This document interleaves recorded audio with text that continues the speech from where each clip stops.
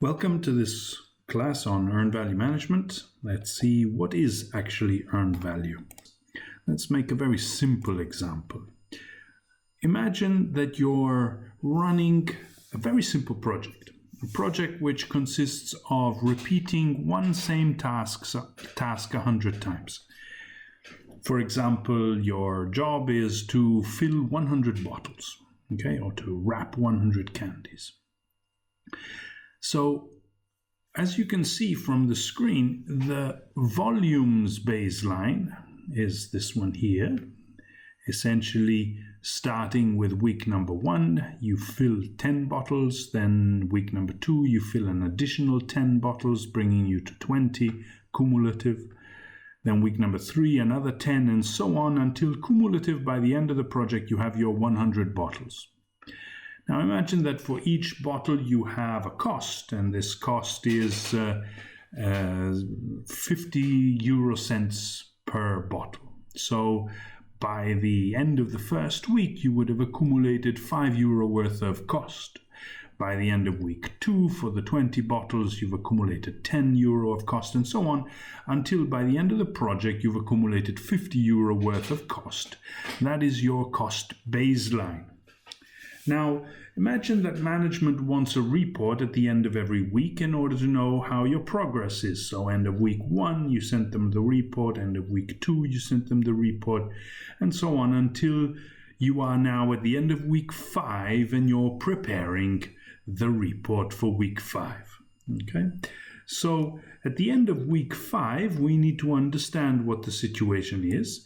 And what management wants to see is actually the planned value for week 5 versus the actual cost for week 5, where planned value is the cost that you had planned to spend by the end of week 5.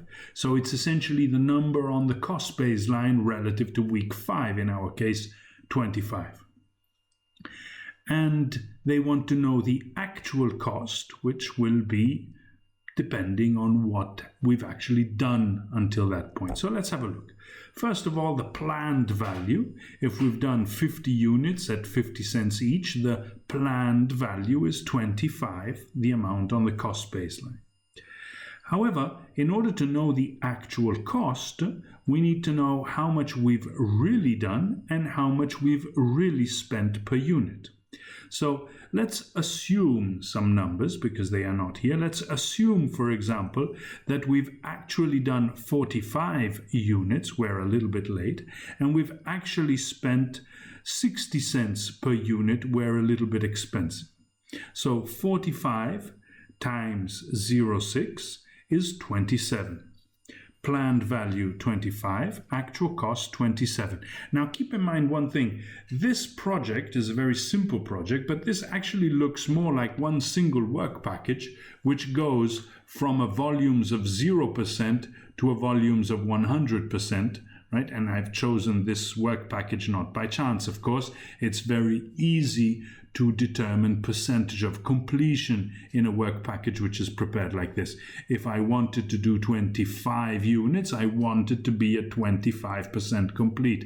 If I've done 27 units, well, that's different. If I wanted to do 50 units, I would be now at 50% complete, right?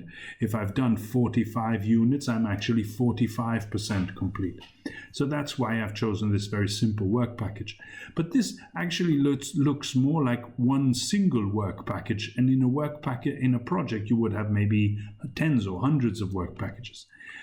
You can't obviously send tens or hundreds of times the detailed information behind the volumes and the unit cost.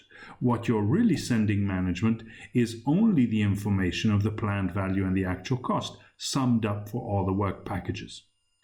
So this is the information that management is getting. Well, let's have a look at what this actually means. Dear management, we wanted to do 25 worth of work. We've actually spent 27 of your real money. Now, is this good or bad? Should management be happy with this situation or not? Obviously, they don't really get much information out of this, because that 27 could have been 25 units, but expensive. 50 units, but expensive. It could have been 100 units at really, really cheap. So there are infinite combinations of the actual and the unit cost that give us 27. So we can't really tell what this difference 25 to 27 is telling us. In order to understand what that means, we add a third number to it. We add the earned value. Let's have a look at what this earned value actually is. Let's understand the first two numbers first a little better, then earned value will be clearer. The planned value, the 25, is actually the planned amount of work, the volumes, multiplied by the planned unit cost, while the actual of 27 is the actual volumes performed times the actual unit cost. If we look at the earned value, which in our case we see as 22.5, what that actually is the actual volumes multiplied by the planned unit cost. So in our case, 45 units that we've really done multiplied by 50 cents per unit, what we wanted to pay for that original amount of work. So essentially it's the point on the cost baseline that represents not right now, but where we should have been given the amount of work really done. Right? So in our case, how do you read this? You'd say, dear management, we had committed to performing 25 worth of work. In reality, we've done 22.5 worth of work. We're a little late. However, in order to produce 22.5 worth of work, we've spent 27 of the real money. Right? So in this case now, given this 22.5, we see that comparing it to the planned value, we're late. Comparing it to the actual cost, we're expensive. This is the earned value. This is the objective of the earned value. It's the objective of the earned value is to give meaning to the planned value and the actual cost. Right? If we just compare planned value with actual cost, we don't really see the meaning. By adding the earned value, we split the deviation due to volumes from the deviation due to cost, and we're able to see the two separate factors. Let's have a look at what this looks like on a graph. Okay, a typical cost baseline would look like this, right?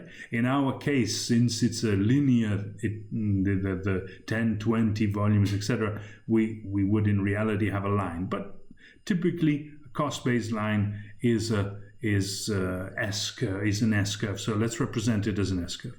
The last point on the cost baseline is called my budget at completion. Okay, that's the full amount that I have budgeted for this project, and it represents the total amount of work completed or done. This is where we are now, right? That's our moment today, and therefore where the cost baseline, where it represents the amount of work that we had planned to do today, remember that was the planned value, right? That was the 25. So 25 represents the amount of work that we had planned to do today. When we go to see our costs, how much did we really spend? We've really spent 27 in our example, right? So 27 is what we've really spent, 25 is what we wanted to spend. Now this difference between 25 and 27, is it due to volumes? Is it because we've done more than what we had expected to do? Is that why it's 27? Or is it because we spent more per unit? Well, we can't really tell. In order to tell, we need to add the earned value, which in our case is 22.5. So now comparing our earned value to the other two numbers, we can see that the earned value is less than the planned value. Therefore, we are late. We wanted to perform 25 worth of work. We've only performed 22.5 worth of work.